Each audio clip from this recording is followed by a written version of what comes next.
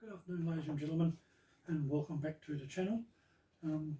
Today we're going to do a little review on the K&F tripod known as the T254A8, otherwise known as the 94-inch to 2.4 metre high at its highest. This is from K&F Concept. They also have an online store in Australia, and they also have one in America, which I think is called kingface.com.au. So they at the moment they've got some quite good deals on. So we'll start off with a nice little carry case that's with it, with K&F Concept across the front. Very well built, sturdy, durable. So let's open him up and have a look inside. Now I've already had this out to just make sure that we've got all our bits and pieces, and it also came with a set of instructions and an Allen key, which I've got put away. So the Allen key, I'm assuming, is to tighten up the screws on the head or the mounting. So at the moment this looks probably around about 600mm in length at collapsed state, and that's it's made of lightweight aluminium, so it's quite light. Although I don't think it'll be something you'd be wanting to take across overseas, unless you packed it in your suitcase, and depending on where you wanted to take it. So I should imagine this one would be well suited for when you're out in the field. So so looking at it now, we have a 4-step legs to extend them out. So let's open this up, and we'll see how we go for height. I'll only just take it about 3 clicks.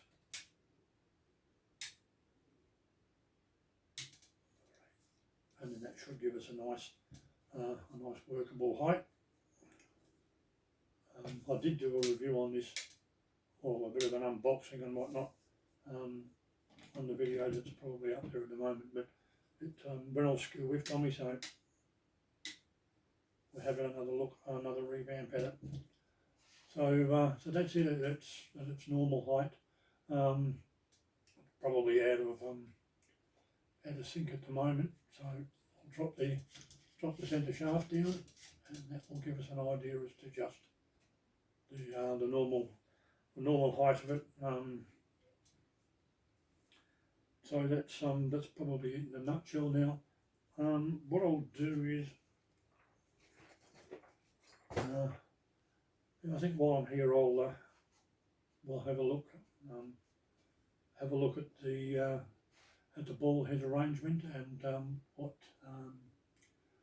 what it configurates and what it can do. So we'll be back in a sec.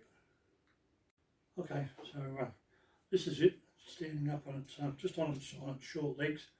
So it's probably best for me to stand up. So now we're looking at the ball head arrangement. We've actually got a quick release plate on top, which is going to be very suitable. So you just pop him off, mount it in the back of your camera, and then you can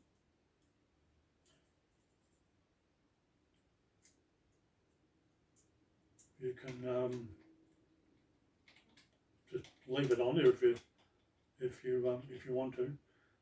Now I do believe there is what's known as a magic plate for this, which I do have, but I haven't got it here with me. Which you can also, I did do a review on it before, and you just fold the sides up, and you can also stand that in the top. There's keyways on the magic plate. So this is just your standard plate. It's got a nice little bubble on the top to help you level it.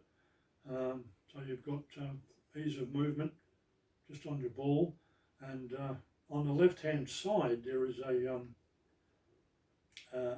cutout or recess in the top part of the ball. So there's a locking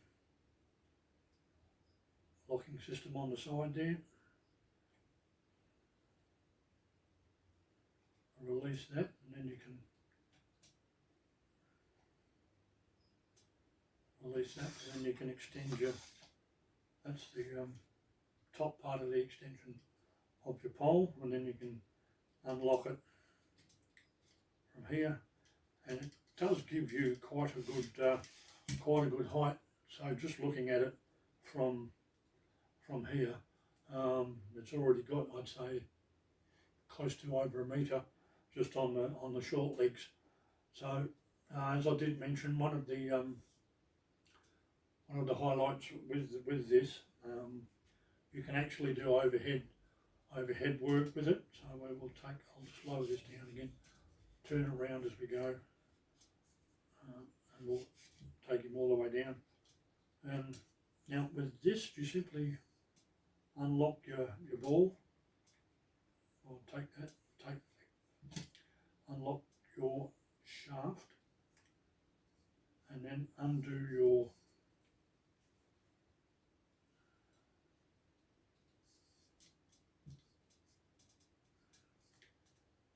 keyway at the back there.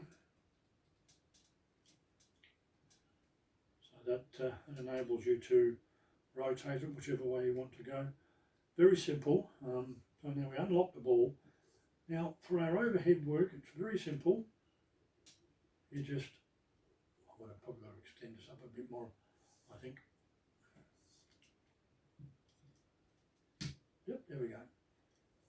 So you just lay it over and lock it off into the position you want, and then you have complete 360 rotation for any overhead work.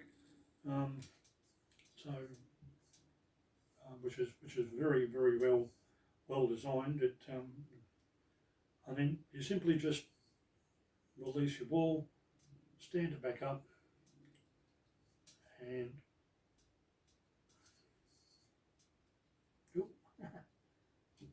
then you just push that down back to wherever you want it. Rotate it back to where you want to go with it.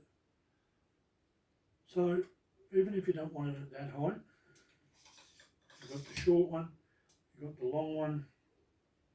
Now on the bottom of it there's also a little clip which you can release. Sorry, not release it. You can take it off, and then you can actually invert the column for any underground work or any lower work. So so I think we'll do that. Slight change of plans.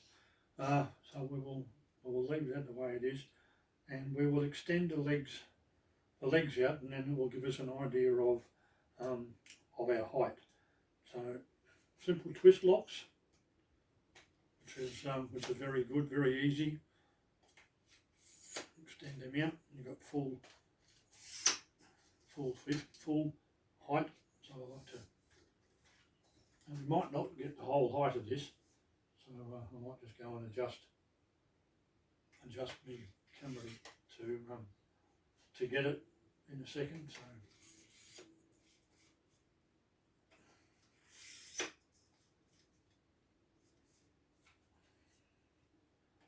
now already it's shaping up to be a very tall tripod. So I suppose you would say, okay, why do we need such a high tripod? The idea of it, as to what I'm thinking, is if you need to get over the top of something, you know, over a high surface, or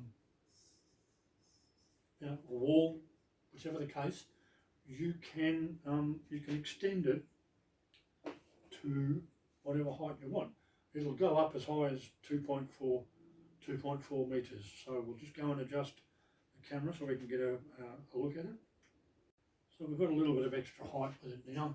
So this will give you an idea as to just how high it will go. We'll unlock that and take him up to the top. Although I'll probably, no, I'll go the other way around with that. That's probably a little bit stiff. That's probably because I've got it tightened up a bit too much. Right, so we'll loosen that off, and then we will extend our top one first. And notice there's a little point there where it says to stop, so you can't go too high with it. And we've already got that loosened off, and it's gone that high. It's hitting the roof of the house that I'm in. So, but that probably begs the question: if you've got your camera up there, how do you start it, hit the shutter release, or whatever case? Well, you've got two options. You get a remote release, which is a small cable and a little lapel, I suppose, in your hand, or there's an app available on the Play Store or Android or the Apple Store, and it's known as Canon Camera Connect. So I use that to upload my photos to other devices, but that also has a live view facility. So if your camera's up the top there, you can use your phone to get it set to your angle and whichever settings you desire. Extend it up, and you've still got the facilities to rotate it from here if need be, and hit the shutter button, and it will take your photo for you. Or if you've got your camera in video mode, hit the shutter, and it will start your video, and then you're able to see on your phone what the camera is seeing. So on that note, let's drop this down back to where it is, and we'll have another look at one of the features.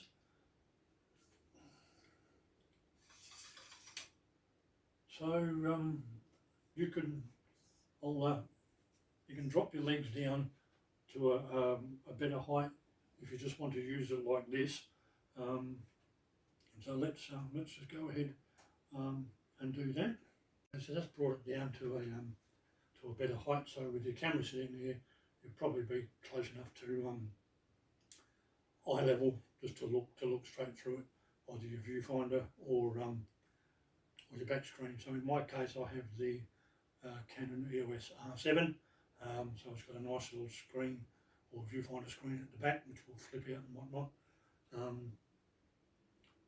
So all in all, this is a very simple to use tripod. So what I'll do now is I'll invert the shaft, and it will give us an idea as to what we can do with that. Okay, so we've taken our little spring off the bottom, which can be used as a counterweight. So when you go to take this out, just be mindful of where your little locking clip is, because there's a seal in there, and if you're not careful, it may just pop out. So there we go. So it's come out fairly nicely. So just invert your shaft. Come up from the bottom very carefully.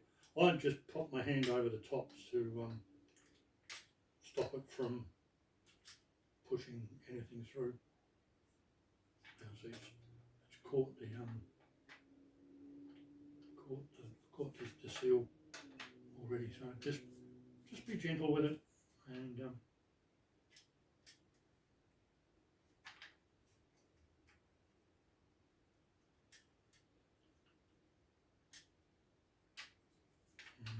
be a stick in the mud. Right.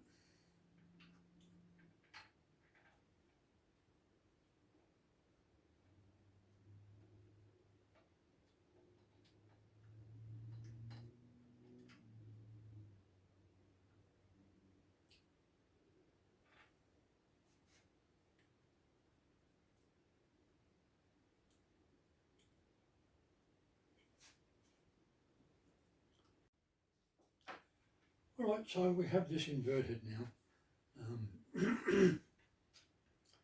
So just release your little clip there, and you can come up or down with it, depending on how low you want to go. So if you need to get even closer to the ground, you simply shorten your legs, and you can set everything up to suit your ground level or whichever height you want to have it set at. So it would be ideal for very low macro work, and still having the facility of rotating. So you can rotate it whichever way you want to go, and then you can also even drop your bottom shaft out as well to even get that closer. And then again, you still have the facility of your ball head. Sorry, you can even rotate it there as well. So you have quite a extensive range of what you can do, what you can actually do with this. So it's a little bit perplexing, but yes. So all in all, I'm probably having a little bit of a fidget with it. So all in all, it's very quite simple. Just let that come back through, come back up the top. Just gently insert that back in there again, and then tighten that back up to what you want, and so you can. You still got your ball head configuration for when you want to rotate your top, and then your ball head there for mounting your camera on. So we simply just pop this back in the bottom,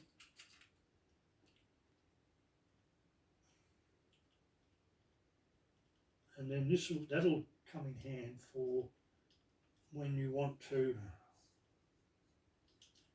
if you need to put a weight on something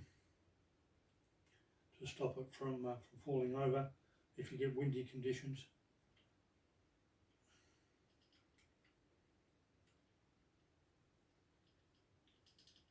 So you just pop that back on, and you've got the spring-loaded thing there. Now I also you drop that down where you want to go. Now, one thing I did mention is you do have the facilities of a monopod. So simply turn this around, and then you just undo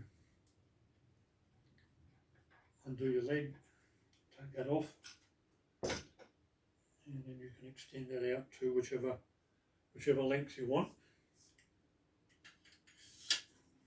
Full tilt there if you want. So it's still a bit high, and then you simply take your ball off.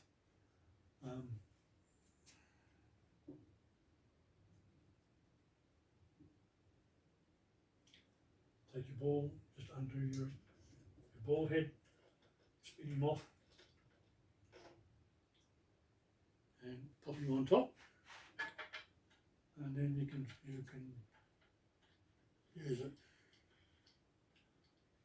for a monopod. Lower it down to where you want. Just hang onto your camera, and you've still got a little bit of stability with it. And the centre column even goes on top of that as well, even if you want another metre on top of that. So all in all, very strong, very durable, nice little tripod. Not so little. I did have a little bit of a fiddle with trying to get the shaft in and out, but that was me, nothing to do with the product. As I mentioned, there's the set of instructions. It even comes with an Allen key. They do have some promotional deals on at the moment, and one of them at the time was we got a bonus pack of cleaning cloths so that'll come in hand for cleaning your lenses and whatnot. And just to the extent of the sales that they want, now this came in at a standard price that they listed on their website of $725. And so I would say, yes, you would be getting value for money. But because of the sales they had, they're up to 50-60% off. I actually picked this up for 184 Australian dollars. So that's how much they're prepared to not size discount, but how much they're prepared to alter their prices to suit their customers and whatnot. So I think on that note, we'll wrap this one up, and then I'll put this back together and pack him away. Yeah, it's a very good little tripod. As I said, I would probably keep it for out in the field, at home. So still very transportable for wandering off with your camera bag or knapsack or whichever you had for when you go out. So if you like the video, please hit the like button, hit the notification bell for future uploads, and please do subscribe. I would like to get as many subscribers as I can, and hopefully help out as many people as I can. So on saying that, thank you for watching.